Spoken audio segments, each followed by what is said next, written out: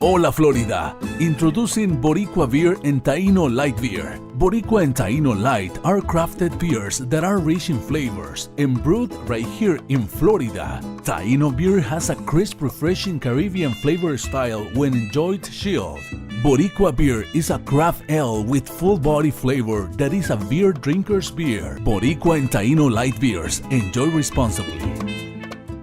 Mira, ¿dónde tú estás? Ya estoy aquí, mi vida. ¿Pero qué están tomando? ¿Pero por qué? Porque te traje lo nuevo y diferente, Taíno Light Boricua Beer. Y lo más importante es que es lo nuevo y acabadita de salir al mercado. ¿Y saben buenas? Claro, ambas cervezas tienen los mismos beneficios que una copa de vino. Con menos calorías. La Boricua Beer 6%, fuerte pero con sabor. Y la Taíno Light 4.5% y es artesanal. Eso me gusta. Somos familia, calidad y sabor. Visita boricuabeer.com. I am for the child who's had 7 addresses in a single year because she's in foster care, because her father abused her, and her mother couldn't believe her. She is the child I am for. I am a volunteer child advocate. I am you. Florida residents call toll-free 866-341-1425.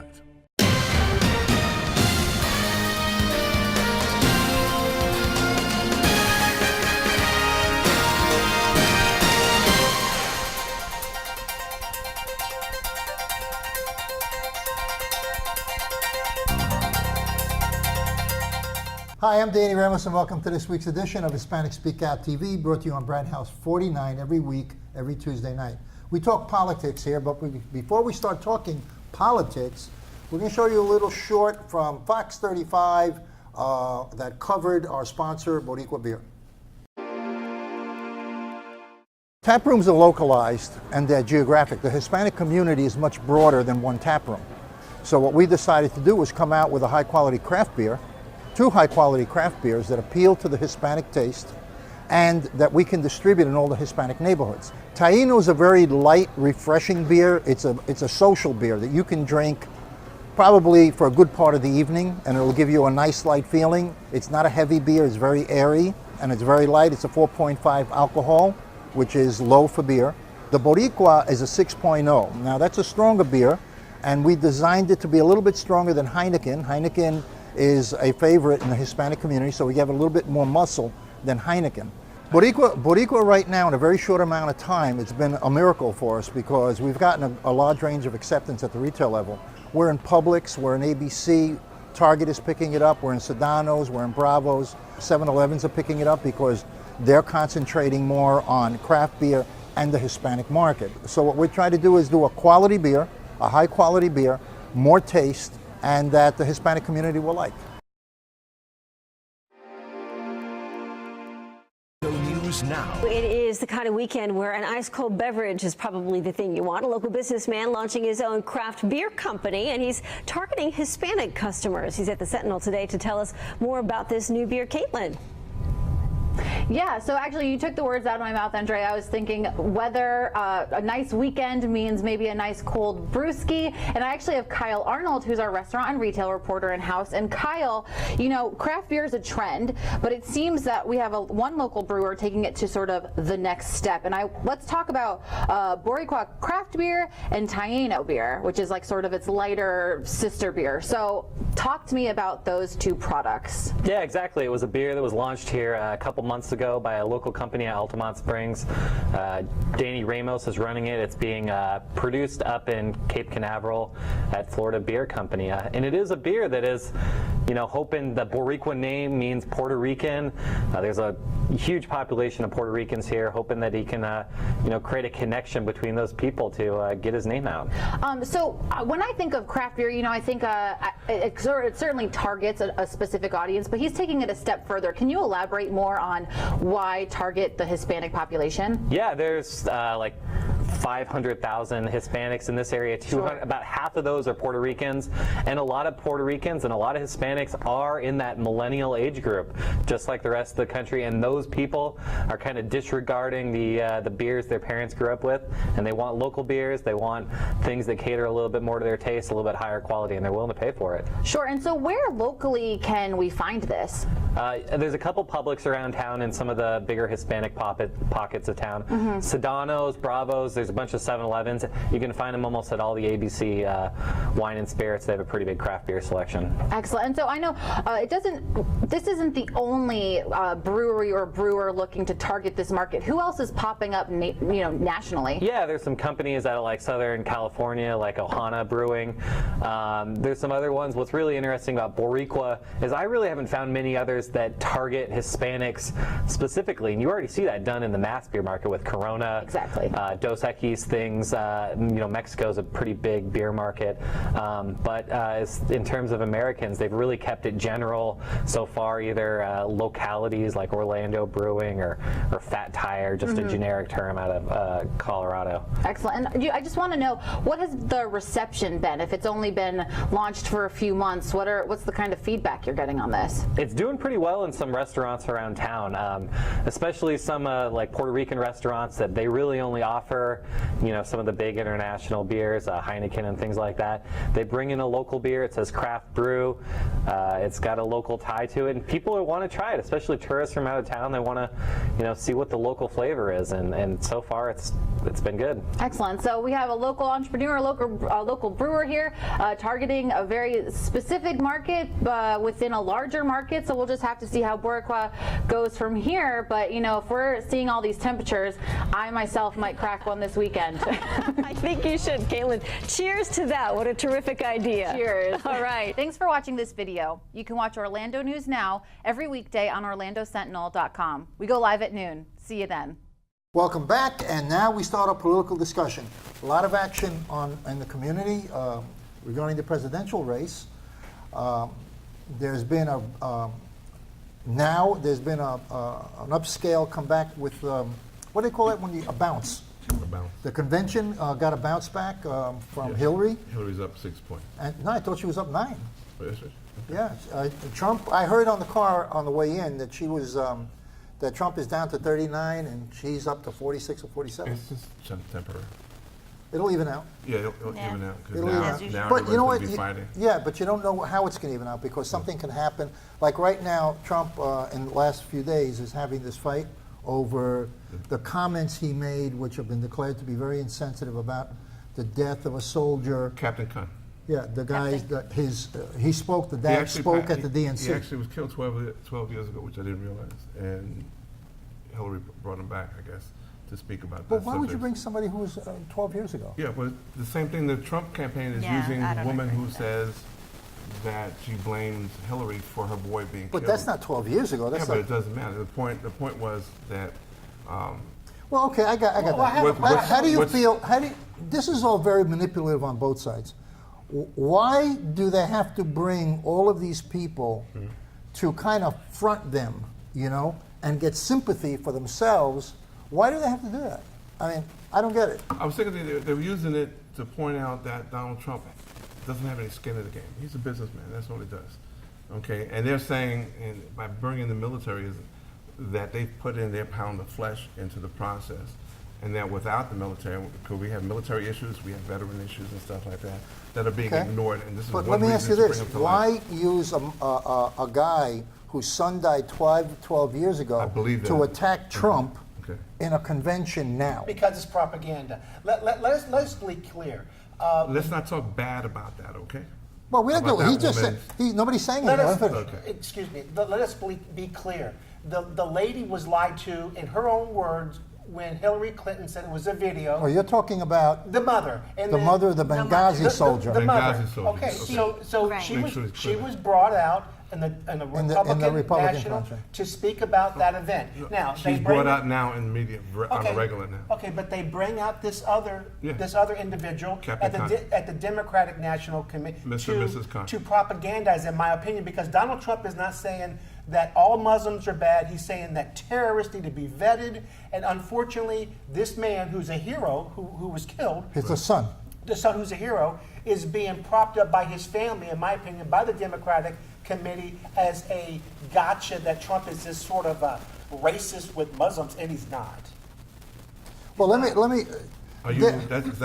You gonna hold your hat to that? Absolutely. Okay. He is not a racist. He's never been a racist. He has. He's made. For 40 years, he's been in the He's news. He's never been called a racist. Listen what I'm ever. saying. Okay, hold on. The other issues he's been called on, but again, going back to the specific issue, okay, the woman from Benghazi has been years ago, okay, that her son was killed. She's blaming it on the then Secretary of State, which she had nothing to do Well, with. how it. long ago was Benghazi? Okay. Benghazi was almost 2011.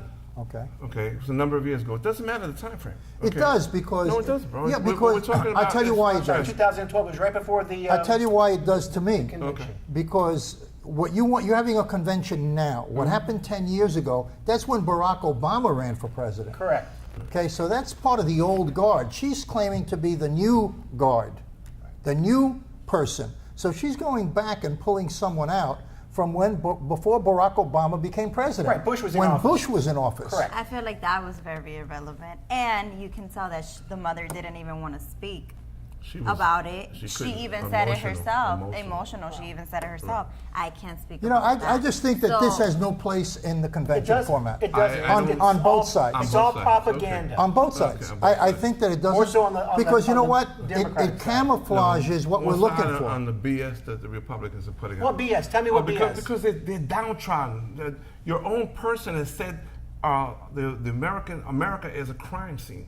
It is. It is a Your crime guys scene. are Okay, it's hold not. on. That's very being Hold on. pessimistic. Ask those people in Missouri. No. Hold on a second. It doesn't matter. Okay, you need to think outside okay. the box that America is better and is going to get better. Not that we're worse and getting worse, because right now Well- we highlight different things. Doesn't mean that's Okay, Jose, let me ask you something. Crime is a pendulum. Okay, I Okay. told you that before. It swings. All right. Sometimes it swings I don't on the think. police I don't side, think. Sometimes on the negative side. I don't think that the condition of Afro-Americans in this country is a pendulum. I think it's been consistently terrible. Crime has always been that way. I'm not talking about crime in general. I'm talking about, you said the pendulum swings. Yeah, the there pendulum are does swing. consistencies. Yeah. The consistency is, right now, there is over 32% unemployment in the black community from the ages of 18 to 32. Yeah, how long has it been that way, sir? It's been 50 that way. years? It's been that way. It went up actually when Barack Obama became president. Okay, and maybe it's a political issue. You know why? Because when you had Bush there, he had to overcompensate, and he knows politically you got to overcompensate. So he directed some economic efforts into the minority community, Hispanic, and the Afro-American community. But I now- challenge my liberal friend that says that when we're saying that America is not doing well, we're not saying America's not great. That's not what we're saying. Yes, you are. Your propaganda is that. Let me finish. If you have 4 teams in NFL and all 4 teams have an 8-8 record, okay, well, they're all kind of the same. But one's going to have a better record based upon the tiebreaker. So they go to the playoffs. Right now, America is kind of bunched around other folks, where in the past we were heads and shoulders over the other countries. Now we've come in closer. So we're still great, but it's a chaotic. The rest of the let's world be is specific. chaotic. Let's be specific. In education and math, we're around 16 of the industrialized countries. Bad, yes. Our educational system we're number 16. Correct. Okay, But that in means 16 other Germany, countries. England, China. they're all ahead of us. They're all ahead of And us. those Exactly. are all countries that insist on pushing those things to the max. That's the what United Trump States is saying. doesn't. That's what Trump not what Trump is is saying. He's not saying America wait, is hold on a crap. second. You're He's saying saying America needs to get better. The Republicans are saying that America is bad and it's going to be great again. America's already great. It's going to get better. It's not as great as it Okay, used to all be. right, listen, it's going to get better. All right, Okay. it needs to get better. It Okay, needs. that's a compromise. It needs to get better. So let's talk about why you're talking about the Democratic position is that the Republican convention was dark. Its language was dark. Yes. Okay, well, let's talk about it. Okay? Let's talk about what's happened. Okay? The economy has never passed 3% development in the past 8 years. First president to ever go out of office, never hitting that 3% GDP growth in 8 years. First president. It's down to 1.2% growth. Correct. So that's 1.2. great. Okay, that's one. The military right now Terrible. is in very bad shape. Yeah, it is. Yes, it is. We got the best soldiers, but we have the less strategic than the Russians and the Chinese and et cetera. That's because the United States themselves have decided to do things differently. Hey, Jose, we've got the best military because we've got passion, but our military is suffering from 10 years ago. I served, okay? Sorry, it's facts. Okay, no, sorry, I'm telling you the truth, okay? You're not telling me the truth. Yeah, I'm telling you the truth because you and your kind don't understand it. Your kind is a racist position. Exactly. Okay. Hold on a second. So let's talk about the military, okay? The military right now is cannibalizing airplanes and jet planes in order to keep other planes in the air. Okay? They've always done that. Not like now. We are below World War II standards across the board in the military. And now you see a lot of military people getting involved in the elections because they're afraid. Let's just jump over to another subject. Let's talk a little bit about immigration. We don't have a lot of time left. Okay. I heard in sub-channels, when you go into the sub-channels for news, Germany that is having a big problem with the immigrations from Syria. Okay, a few days ago, in a small town, which they sent a large group of immigrants to, 27 women were raped on a Saturday over the weekend. Okay, they caught some of them. Most that of them recently. That was. I just heard it on the news. That wasn't recent. I just heard it on the news. Okay, but that wasn't that did happen, but that no, that happened in the last weekend. No, I don't think so. But Jose, we'll verify. Verify. But I just heard it on the radio on 96.5, and they said last weekend they had 27. And what's happening right now? The government of Germany is trying to keep down what's really going on, and now they're starting to call for the prime minister to step down because of immigration. Okay, so what they're doing, in my opinion, and I'll let Jose and Tatiana talk, but what they're doing, what America wants to do is try to wrap their hands around these people coming into our borders because Germany and other European countries allowed this to happen, and we've had no... Well, Hillary wants another 65,000 people to allow to come in from Syria. They don't have 65,000 homes set up for them. They don't have 65,000 apartments. We don't have families. They don't have apartments. They don't have jobs. They don't have translators. They don't have medical services. What they do is they bring them in and let them go find their own way. That's going to be a problem. And that's the problem that Germany's having. Would you think that's going to be a problem? Well, that's what they did in Germany. They took them, they dispersed them, and they sent a bunch of people who have cultural patterns that are so different of dominance over women that this is what's happening, okay? And that's 65,000 families above what already existed that the president wants to bring in. So we got a big issue there. I think it's a big, big issue. The immigration issue has to be solved. But what do the Democrats think about that? Do you want that to happen, 65,000? What about you? How do you feel about it? I don't think that would be a good idea at all. Are you a Democrat or Republican? Democrat. Okay, and you don't like that idea? That's a Democratic idea, though. Exactly, and it's not smart. Okay. And that's how you know. All right, guys, we got about 1 minute left, so let's okay, so, you know, I just for a point of interest, you know, we own the Boricua Beer Company, and that's who helps us do this show here. And we were very privileged to have the Orlando Sentinel put Boricua Beer on their front page a few days ago. A great piece. And it was a terrific piece. It was very balanced and very fair. And it was good reporting, you know. And also tell them the money goes back to the community. Well, what we have also is that the reason why we started this beer company is because we wanted to be able to fund community organizations with the money from the beer company. All the other beer companies, what they basically do is they do festivals, and we want to fund nonprofit organizations that are doing community. All right, listen, we're going to take a break, and we'll be right back with Jose, and he's going to be doing some great interviews. Hola Florida, introducing Boricua Beer and Taino Light Beer. Boricua and Taino Light are crafted beers that are rich in flavors and brewed right here in Florida. Taino beer has a crisp, refreshing Caribbean flavor style when enjoyed chilled. Boricua Beer is a craft ale with full body flavor that is a beer drinker's beer. Boricua and Taino Light Beers, enjoy responsibly. Mira, ¿dónde tú estás? Ya estoy aquí, mi vida. ¿Pero qué están tomando? ¿Pero por qué? Porque te traje lo nuevo y diferente, Taíno Light Boricua Beer. Y lo más importante es que es lo nuevo y acabadita de salir al mercado. ¿Y saben buenas? Claro, ambas cervezas tienen los mismos beneficios que una copa de vino. Con menos calorías, la Boricua Beer 6%, fuerte pero con sabor. Y la Taíno Light 4.5% y es artesanal. Eso es. Somos familia, calidad y sabor. Visita boricuabeer.com. I am for the child who's had 7 addresses in a single year because she's in foster care, because her father abused her, and her mother couldn't believe her. She is the child I am for. I am a volunteer child advocate. I am you. Florida residents call toll-free 866-341-1425. Hi, I'm Jose Miranda, and this is Spanish Speak Out TV, brought to you each week on Bright House Channel 49. Of course, we have 2 other programs. One is EDU TV with Greg Perkins, and followed by a Latina role model, which is in Spanish, so that you can enjoy that as well. Busy week. We talk about politics, of course. We talk about education. We talk about things in the community, things that affect everyone, and of course, the Latino community. The DNC just finished their run.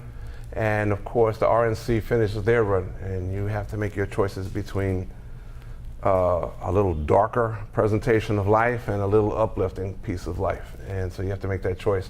The most important thing here, folks, is make sure you get out and vote. Speaking about voting, I'm being joined now by candidate Jose Balasquide. That's correct. Okay, man, how are you? Forgive me, I know last name. Okay, my pleasure. Always good to see you, man. He's running for District 4? Seat 4? Seat 4 in the city of Kissimmee. City of Kissimmee. Okay, so my first thing running at you is, are you feeling okay that you want to run for office? Because you understand office is not what it used to be. So explain to me why you're running for office. Well, definitely.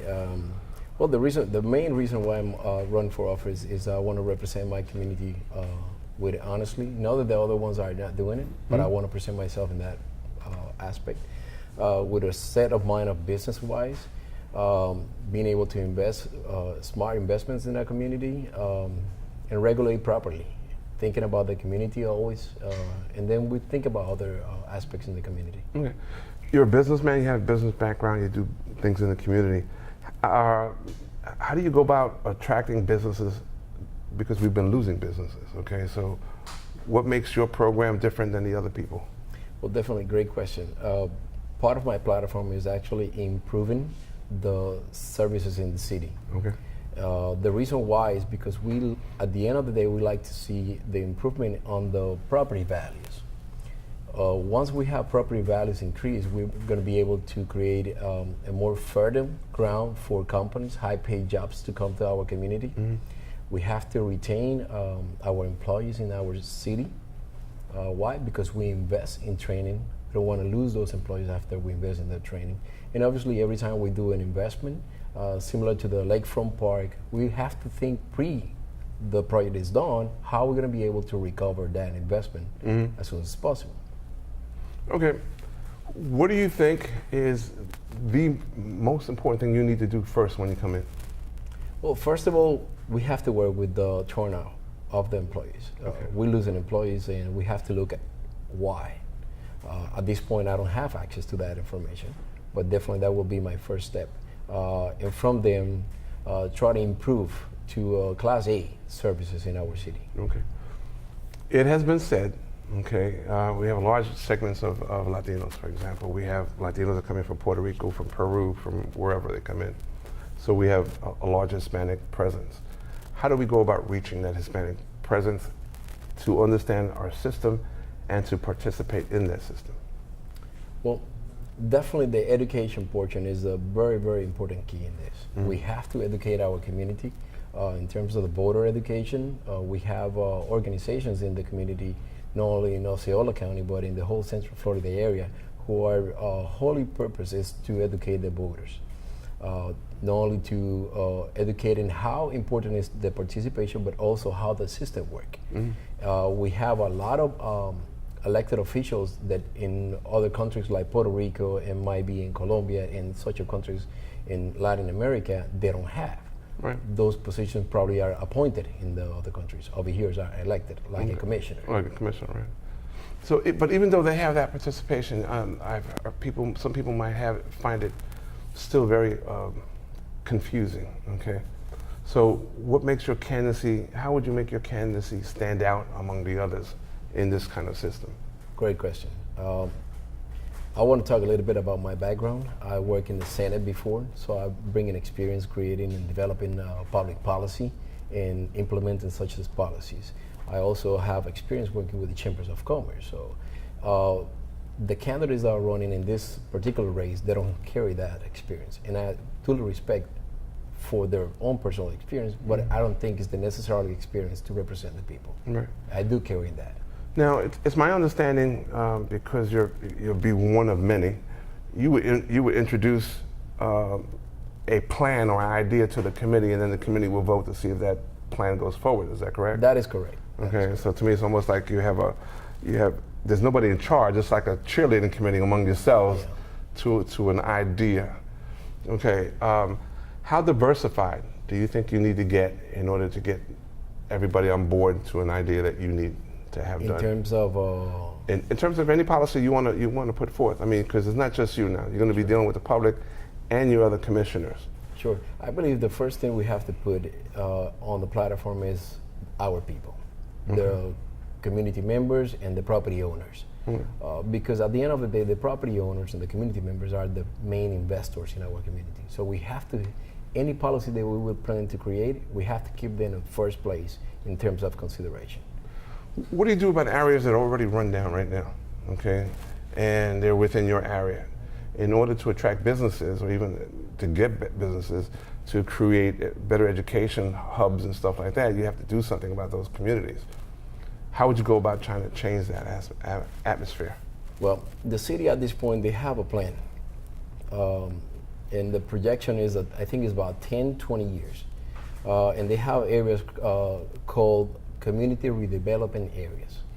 The plan is to invest first in those areas. And we're talking about the 192 corridor, which is the heart of the business corridor in Kissimmee area, also in Osceola County.